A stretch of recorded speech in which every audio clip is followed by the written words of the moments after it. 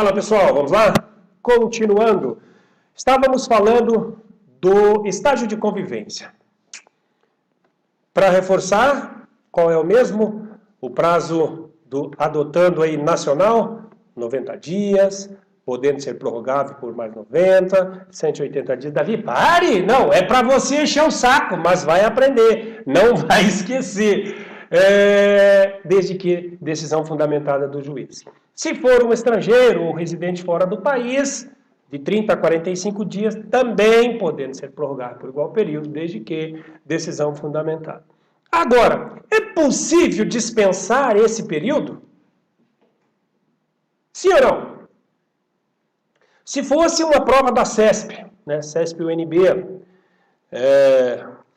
concurso da Polícia Rodoviária Federal, Polícia Federal, certo ou errado?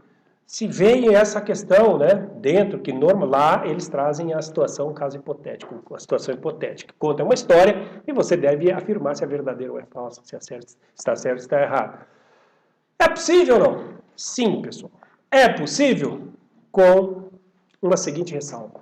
O parágrafo primeiro diz, o estágio de convivência poderá ser dispensado se o adotando já estiver sob a tutela ou guarda legal do adotante, durante tempo suficiente para que seja possível avaliar a conveniência, da constituição do vínculo. Ora, então, é possível sim abrir mão, dispensar esse estágio de convivência, desde que o adotando já esteja sob tutela do adotante.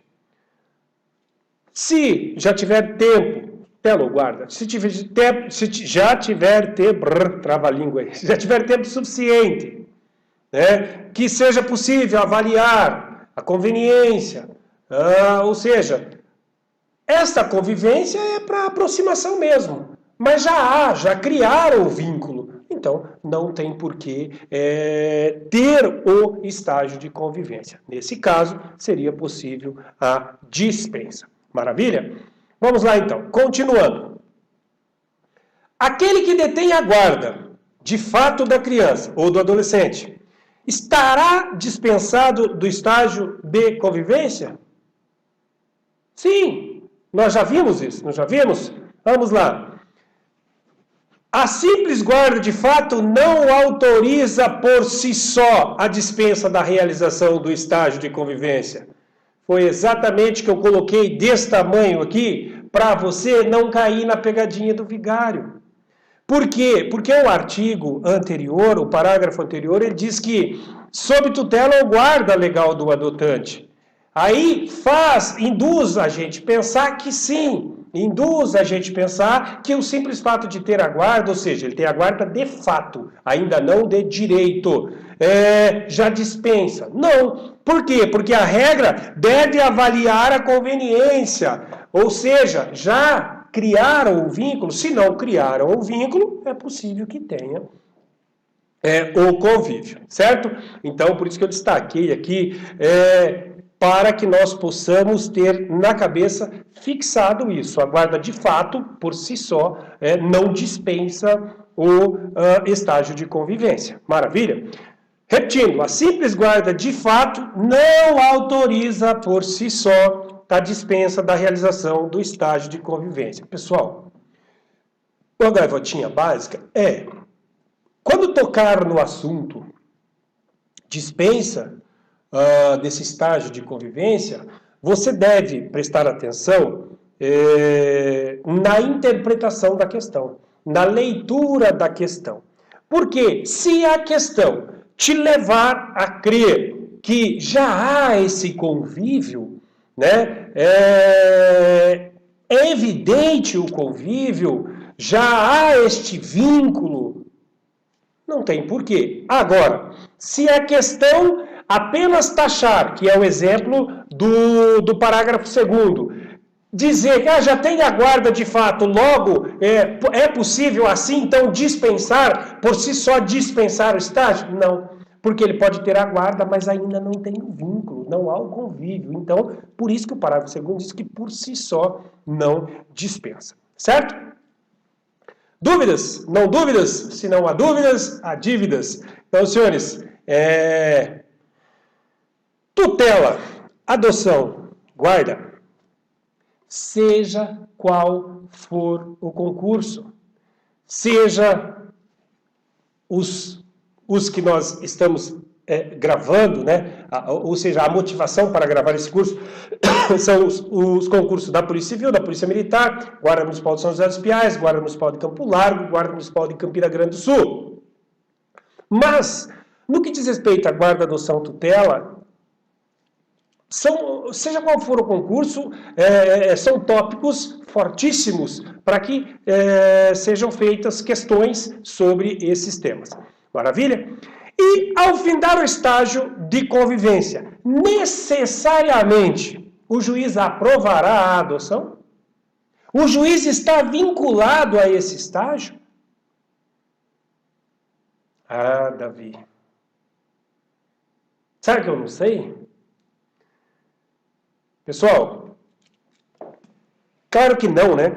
Vamos ler o artigo, o parágrafo 3º, 3º-A. Ao final do prazo previsto no parágrafo 3º deste artigo, deverá ser apresentado o laudo fundamentado pela equipe mencionada do parágrafo 4º deste artigo, que recomendará ou não o deferimento da adoção à autoridade judiciária. Ou seja, o simples fato de passar pelo convívio não necessariamente vincula o juiz a certificar, a concluir a adoção. Esta equipe que nós já falamos, né, profissionais qualificados, várias as funções sobre pedagogos, psicólogos, sobre as crianças, eles particularmente vão definir neste laudo, vão subsidiar o juiz para concluir ou não o processo de adoção. São eles que trarão os meios que para o juiz decidir, certo? O que nós colocamos na questão não está o juiz vinculado ao estágio de convivência. Ah, porque concluiu o estágio de convivência, por si só, conclui o processo, o juiz vai concluir lá a adoção? Não. Depende. Só que na prática, né, como dizia um filósofo, amigo meu no quartel, na prática a teoria é outra. Muitas coisas acontecem divergente do que é escancarado na norma. Por que, Davi? Não sei.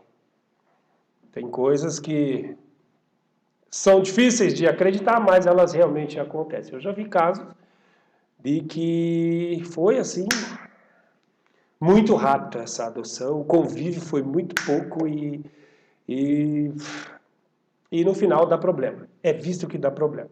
Certo? Vamos lá então. Continuando, fechamos aqui, sabemos que o juiz não está vinculado ao término do estágio de convivência. Depende de um laudo e este laudo sim vai trazer subsídios para o juiz decidir se sim ou se não. O estágio de convivência será acompanhado pela equipe interprofissional a serviço da Justiça, da Infância e da Juventude, preferencialmente com o apoio dos técnicos responsáveis pela execução da política de garantia do direito à convivência familiar, que apresentarão um relatório minucioso acerca da convivência e do deferimento da medida. O estágio de convivência será cumprido no território nacional, preferencialmente na comarca de residência da criança ou adolescente, ou a critério do juiz em cidade limítrofe, respeitado em qualquer hipótese a competência do juízo da comarca de residência da criança. Senhores, só farei aqui um breve comentário sobre esse parágrafo, para que o examinador não mude a palavra preferencialmente para obrigatoriamente, certo?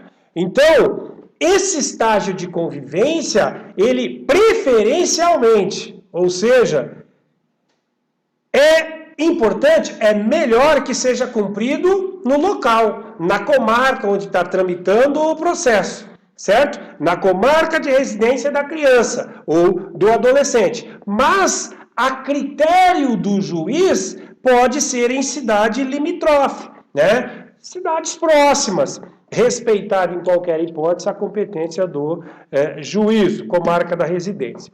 Certo? Imagine que a criança que está sendo adotada Se nós pegarmos aí cidades do interior, como pequenas cidades que em 2, 3 municípios integram uma única comarca, etc, etc.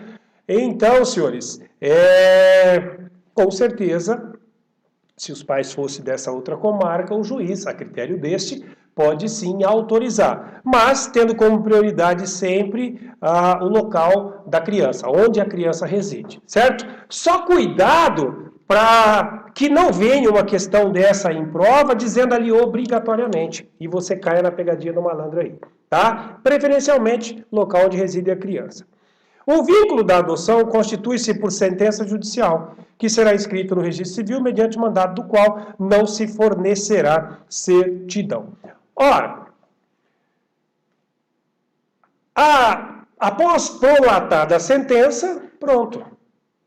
Então, a adoção conclui-se com a sentença judicial, que será escrita no registro civil. Vai pegar a sentença, vai levar ao cartório e lá vai sair com o registro, com a certidão ali da criança ou do adolescente adotado. A inscrição consignará o nome dos adotantes como pais, bem como o nome de seus ascendentes. Sentenciado. Os adotandos pegam aqui essa sentença, vai até o cartório e vai reduzir isso a termo no registro civil. Lá vai colocar o nome dos avós paternos e avós maternos. Lembrem-se que adotado perde o vínculo da família natural, com a exceção dos vínculos matrimoniais, certo? Então, vai ser colocado aqui o nome dos pais e o nome dos avós, tanto de um lado quanto do outro, desse adotando. O mandado judicial que será arquivado cancelará o registro original do adotado. Ora, se ele perde todo o vínculo anterior, salvo os matrimoniais, por certo que vai extinguir este registro anterior. A pedido do adotante, o novo registro poderá ser lavrado em cartório de registro civil do município de sua residência. Nenhuma observação sobre a origem do ato pode constar nas certidões do registro. Ora, é lógico a gente pensar isso. Filho é filho. Seja ele natural ou adotado, filho é filho. Isso não vai constar no certidão de registro. Esse aqui é um filho adotado. Não, é justamente para que não haja qualquer distinção, certo? A sentença conferirá ao adotado o nome do adotante e, a pedido de qualquer deles, poderá determinar a modificação do prenome. Vai colocar todo o prenome, todo o sobrenome, ele vai ter um novo nome. João da Silva Sauro. É toda a família lá, Silva Sauro. Ele, claro, a pedido de ambos, a sentença conferirá ao adotado o nome de adotante, do adotante, e a pedido de qualquer deles poderá determinar a modificação do prenome. Certo? Basta uma mera lidinha, para que não tenhamos nenhum problema caso venha alguma questão nesse sentido. Caso a modificação do prenome seja requerida pelo adotante, é obrigatório a oitiva do adotando, observado o disposto nos parágrafos 1º e 2º do artigo 28 desta lei. Somente se for requerido pelo adotante, aí é obrigatória a oitiva do adotando. A adoção produz seus efeitos a partir do trânsito em julgado da sentença constitutiva, exceto na hipótese prevista no parágrafo 6º do artigo 42 desta lei, caso em que terá força retroativa a data do óbito. Ou seja, lembra quando nós falamos da adoção pós-morte? É o que trata lá o artigo 42. E transitou julgada a sentença, fez coisa julgada a sentença, segue o trâmite normal, o registro civil e todas as alterações que nós já vimos. O processo relativo à adoção, assim como os outros a ele relacionados, serão mantidos em arquivo, admitindo seu armazenamento em microfilme ou por outros meios, garantida a sua conservação para consulta a qualquer tempo. Eu estou passando por todos esses parágrafos, porque nos próximos eu tenho algumas perguntas e para que a gente consiga responder às questões, é interessante que a gente complemente com a leitura desses parágrafos. Por isso que eu estou passando um a um. Terão prioridade de tramitação os processos de adoção em que o adotando for criança ou adolescente com deficiência ou com doença crônica, também já passamos essa informação, já falamos sobre isso. E aí, qual é o prazo, ou qual o prazo máximo para a conclusão de um processo de adoção? Senhores, quando nós iniciamos esta lei, o estudo desta lei, eu sustentei que era necessário que nós nos desvencilhássemos de tudo aquilo que nós achamos, né? Que nós estamos estudando para um concurso, que no concurso vão cobrar ipsis o que está na norma, ou seja, letra de lei. Tá? Então, assim, mas eu vi o fulano que fez isso aí, mas demorou pra caramba, Davi. Mas, para nós é o prazo de lei. Qual é o prazo previsto na legislação para a conclusão de um processo? 120 dias prorrogável por uma única vez por igual período. Inteligência do parágrafo 10. O prazo máximo para a conclusão de ação de adoção será de 120 dias prorrogável uma única vez por igual período mediante decisão fundamentada da autoridade judiciária. Toda vez que for mudar o prazo, ou seja, prorrogar o prazo, por certo que é decisão fundamentada da autoridade judiciária, que é o responsável por todo o processo, é quem tem o poder de decidir sobre o determinado processo. Então, para nós, para efeito de prova, esquece tudo, o que você acha, o que você viu, sabe que na prática às vezes não funciona, existem N fatores que influenciam, mas para nós o prazo máximo para a conclusão de um processo de adoção deve ser 120 dias, certo? O adotado tem direito de conhecer a sua origem biológica? E aí? Davi, você já disse que o adotado perde todo o vínculo com a família natural. Mas você disse também que, exceto os vínculos matrimoniais, ele não pode casar com a mãe, não pode casar com a irmã, o irmão, casar e etc. Mas e agora? Ele tem direito em conhecer lá, o adotado tem direito de conhecer a sua origem biológica? Sim, senhores, ele tem sim. Vejamos o artigo 48. O adotado tem direito de conhecer sua origem biológica, bem como de obter acesso irrestrito ao processo no qual a medida foi aplicada e seus eventuais incidentes, após completar 18 anos. Olha, então ele tem direito irrestrito, após completar 18 anos, de buscar, de querer saber sobre o processo e sobre a sua origem biológica, sobre a sua família biológica? Tem. Davi, é possível intervir para que não? Não, isso não é possível, é direito dele. Ele fez 18 anos, ele tem esse direito. Ah, Davi, mas daí é só 18 anos. E o menor de 18 anos? Esse aí não tem direito? Tem também, mas aí tem os detalhes. E o adotado menor de 18 anos, ele poderá ter acesso ao processo de adoção? Sim, com uma exceção. O acesso ao processo de adoção poderá ser também deferido ao adotado menor de 18 anos. A seu pedido, assegurada orientação e assistência judiciária e psicológica. O maior de 18 anos, ou seja, fez 18 anos, ele quer... Vamos dizer assim, no jargão popular, tá? É por sua conta e risco que você vai encontrar e o que você vai ver. Não existe, a lei não traz nenhuma definição igual traz para o menor, né? Ela diz apenas que após completar 18 anos, ele tem direito de procurar saber sobre o processo, sobre a sua origem biológica e tem que ter acesso irrestrito, apenas isso.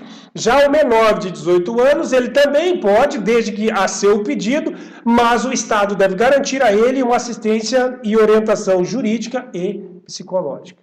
Certo? Fácil de memorizar, né? Maior de 18 anos, por sua conta e risco, tem todo direito irrestrito ao processo. Já o menor de 18 anos deve ser a pedido dele, mas o Estado deve garantir para ele uma assistência judiciária e uma assistência psicológica e orientação. Certo? Em caso de morte dos adotantes, esta é boa também. Restabelece o poder familiar dos pais naturais? O que vocês acham? Ah, Davi, pelo tanto que você já falou que ele perde o vínculo com a família natural, só ressalva lá dos vínculos matrimoniais, já é possível dizer que não restabelece. Pensou assim? Se pensou assim, está correto. Não restabelece. Senhores, vocês percebem que essa informação, né, da perda do poder familiar, eu já coloquei ela pelo menos mais 5, 6 vezes no contexto. Vocês jamais vão errar uma questão dessa, certo? Umas 6 vezes eu coloquei ela no contexto tranquilamente. Em caso de morte dos adotantes, ou seja, morreram os pais adotivos, o filho volta? Não, não volta mais. Ele é descendente, vai ter direito à herança e tudo mais. A nova família é aqueles que o adotaram, certo? O artigo 49 diz claramente a morte dos adotantes, não. Coloque um círculo lá, circule, gaivotinha do lado desse não aí, porque não é uma palavra negativa. E essas palavras negativas, na hora da prova, fica o diabinho do lado da tua orelha lá. Ih, tá errado, hein? Não tá errado, não coloca aí. Então você já sabe. Você já sabe que, indiferente, morreram os pais adotantes, ele não retorna, não retroage. Pessoal, antigamente não era assim não, viu? Eu conheci, inclusive colega, era adotado, na época o senhor faleceu e a esposa, a cônjuge sobrevivente, não quis ficar com o menino e devolveu o menino. Mas isso há longos 30 e tantos anos atrás aí. Hoje já não é mais assim. Tanto que não existe mais a adoção à brasileira, né? Conheço pessoas também que foram adotadas assim. A irmã da irmã que arrumou a criança que queria, ó, tem a fulano lá, vai ganhar o neném, não quer o neném, vai lá, pega pra você, vai, registra e boa. Hoje não é mais assim, certo? Em que pese estarmos... a sociedade constantemente vive um processo de evolução. Em que pese entendermos, imaginarmos que precisamos melhorar sempre, mas nós já melhoramos muito, muito, muito mesmo, certo? Então, a morte dos adotantes não restabelece o poder familiar dos pais naturais. Maravilha? Continuando, a autoridade judiciária manterá em cada comarca ou foro regional um registro de crianças e adolescentes em condições de serem adotados e outra de pessoas interessadas na adoção. Davi, você falou isso aí já no primeiro encontro. Sim, eu falei, informação importante que vocês precisam saber. E podem analisar que esses pontos que eu repito, eu coloco sempre de um novo jeito, encaixando, complementando a informação, é justamente para que você massifique isso. São importantes. Eu vejo bastante colegas, às vezes, vamos pegar pontos, né? Pega pontos da norma. Só que o aluno, principalmente na videoaula, às vezes fica com dúvida. Fica com dúvida e, poxa, fica perdido, né? Então, por isso que eu procurei acrescentar e agregar o máximo de valores possível no estudo dessa lei, de modo que a gente possa abarcar uma possibilidade maior. Tendo questão que atinja o que nós estudamos aí, ou seja, é muito difícil a gente não atingir as questões que virão na prova dentro daquilo que nós fizemos na norma, porque eu detalhei isso artigo por artigo. E tudo aquilo que eu vi e julguei importante, falei, vou colocar, porque vai abarcar praticamente aí todos os concursos que exigem esta norma. Certo? Então o artigo 50 fala das filas. dos cadastros tem das crianças e tem de quem tem interesse em adotar. Quais os procedimentos que devem ser adotados pelos postulantes à adoção? Postulantes, quem postula algo, quem requer algo, quem pede algo. Quem pede, no caso da adoção, pede a quem? Pede ao juiz. Isso também já informamos, eu já trouxe essa informação para vocês. Quando o casal ou o solteiro, já sabemos que 18 anos pode adotar, mas sabemos também que a diferença entre a idade do adotante e do adotando deve ter no mínimo 16 anos. Ele vai estar lá na fila, mas para ele chegar nessa fila, ele vai postular ao juiz. Quais os procedimentos que devem ser adotados? O artigo 197-A diz o seguinte: os postulantes à adoção domiciliados no Brasil apresentarão petição inicial na qual conste. Pessoal, se tiver uma pergunta neste caminho aqui, a dúvida, ou seja, onde vai causar a dúvida é nas informações referentes ao estrangeiro, nas informações referentes ao brasileiro, ao nacional. Brasileiro pode ser um brasileiro que mora no estrangeiro também.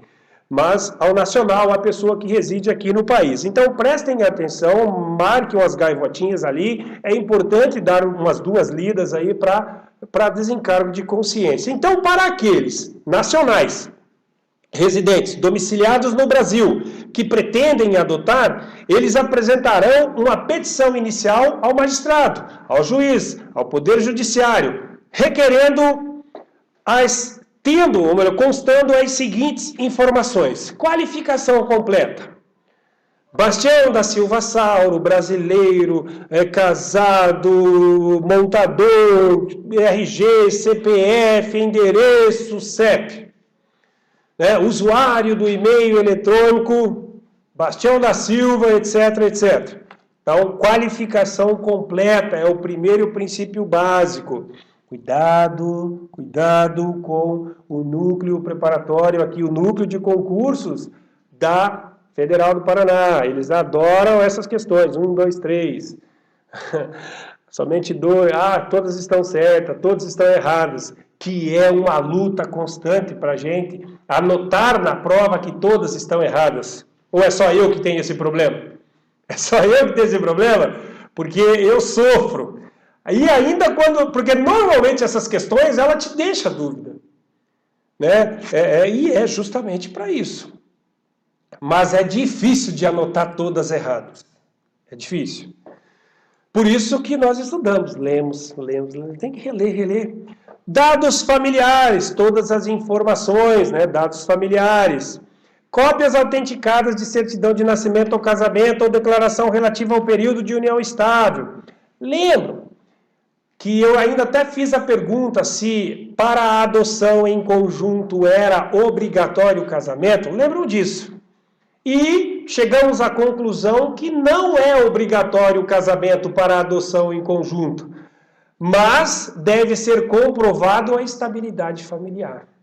Então, pode ser uma declaração de união estável, onde ambos estão juntos com o intuito de constituir uma família. Ou seja, em que pese não estar civilmente, legalmente, vamos dizer assim, casados, mas aplica ali as regras do casamento. Inclusive, na união estável, aplica-se a comunhão parcial de bens. Ou seja, tudo que é meu é seu, inclusive as dívidas, tudo aquilo que nós adquirimos na constância da união. Tudo que adquirimos na constância da união é meu e é seu também, inclusive as dívidas. Então, casado ou não, se casado com comunhão parcial de bens, ou convivendo maritalmente, convivendo com o intuito de formar família, tendo a estabilidade familiar, caracteriza a união estável, estão aptos à adoção, conforme prevê o artigo que nós já estudamos. Cópias dos documentos pessoais, identidade, inscrição no cadastro de pessoas físicas, ou seja, cópia do RG e CPF. Senhores, claramente é uma petição, né? É uma petição e a petição deve estar subsidiada de documentos. Eu vou lá dizer que eu sou o Bastião da Silva, mas não levo nada. Eu vou dizer, colocar aqui para vocês o porquê do Bastião, né? Uma vez a gente foi atender uma ocorrência num bairro aqui em São José dos Pinhais, na época, hoje já está bem melhor, mas na época era um bairro bem precário, e nas circunstâncias o meu colega tinha um nome meio, né, esquisito. É um nome, uma sopa de letrinha. E aí chegou um menino e ele ficava olhando no meu amigo assim, né? Ele olhava para o meu amigo e olhava no nome, olhava para o meu amigo e eu, né, olhando ele. Daqui a pouco ele, ô tio, como que é seu nome? Aí o meu amigo olhou para ele e falou assim, Bastião. Olha, pessoal, é difícil de não dar risada, mas o menino, ele ficava assim, mas ele não enxergava o Bastião ali, entendeu? Então, assim, eu passei a utilizar o Bastião, aí, Bastião da Silva. Certo, meus amigos? E comprovante de renda e domicílio, atestado de sanidade física e mental, certidão de antecedentes criminais, certidão negativa de distribuição civil. Certo? Então, são esses os documentos primários, vamos dizer assim, para o pedido de adoção, para os primórdios do pedido de adoção, para entrar na fila. Então, ele vai pedir e o juiz vai dizer se sim ou se não. Vamos encerrar mais esse bloco e daremos continuidade no próximo. Até mais.